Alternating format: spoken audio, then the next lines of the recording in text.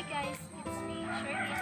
Samahan niyo ako upang alamin ang isa sa mga puno na nabubuhay sa maalat na tubig.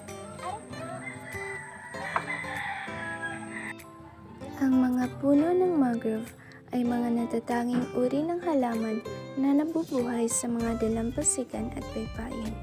Mayroon silang mga kakaibang katangian na nagpapahintulot sa kanila na mabuhay sa maalat, mababaw at madalas na bahain ng mga lugar.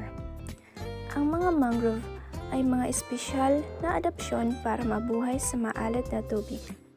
Ang iba naman ay naglalabas ng asin sa pamamagitan ng mga butas sa kanilang mga dahon o iniimbak ito sa mga lumang dahon at balat na kalaunan ay nalalagas. Ang mga mangrove ay mahalaga sa kapaligiran dahil nagsisilbing tirahan ng iba't ibang uri ng hayop tulad ng mga isda, shellfish, ibon at tilapia.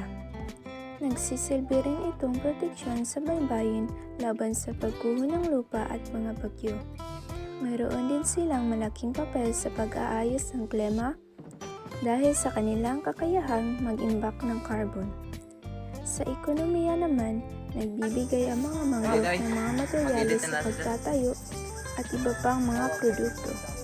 Sa kabila ng kanilang kahalagahan, ang mga mangrove ay nanganganib dahil sa pagputol ng mga puno para sa aquaculture, pag-unlad ng mga baybayin at polusyon. Mahalaga ang pag-iingat sa mga mangrove upang mapanatili ang biodiversity at proteksyon ng mga baybayin.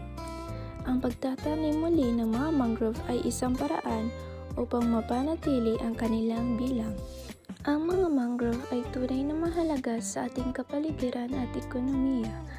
Ang pag-unawa sa kanilang kahalagahan ay susi sa pagprotekta sa kanila para sa mga susunod na henerasyon. Ang scientific name ng black mangrove ay Avicennia herminans.